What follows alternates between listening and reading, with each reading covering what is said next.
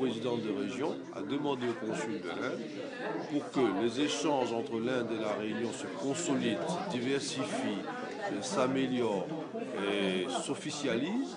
Il faut qu'il y ait des membres du gouvernement qui viennent à la Réunion pour qu'on puisse discuter, mettre à plat la situation et puis redémarrer.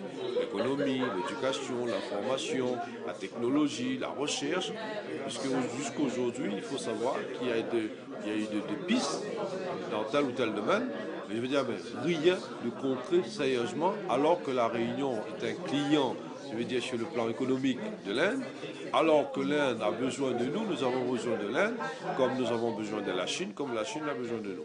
Donc vous voyez que finalement, la venue du ministre Bayar Laravi est un événement historique pour la Réunion, et j'espère que justement, suite à de sa venue, eh bien, il y aura des pistes qui vont se dégager et qui vont permettre à la Réunion de continuer son développement. Alors, quelles pistes sont à l'étude? Ben écoutez, dans le domaine de l'éducation, aujourd'hui nous avons des lycéens qui vont régulièrement en Inde dans le domaine, dans le domaine linguistique. Bon, la région participe financièrement, les parents participent, et puis ce sont des démarches qui sont plus ou moins isolées. Donc nous voulons le mettre dans un accord cadre qui permettra de dire justement en quantité et en qualité comment faire voyager nos étudiants dans les meilleures conditions, la prise en charge, le coût, etc.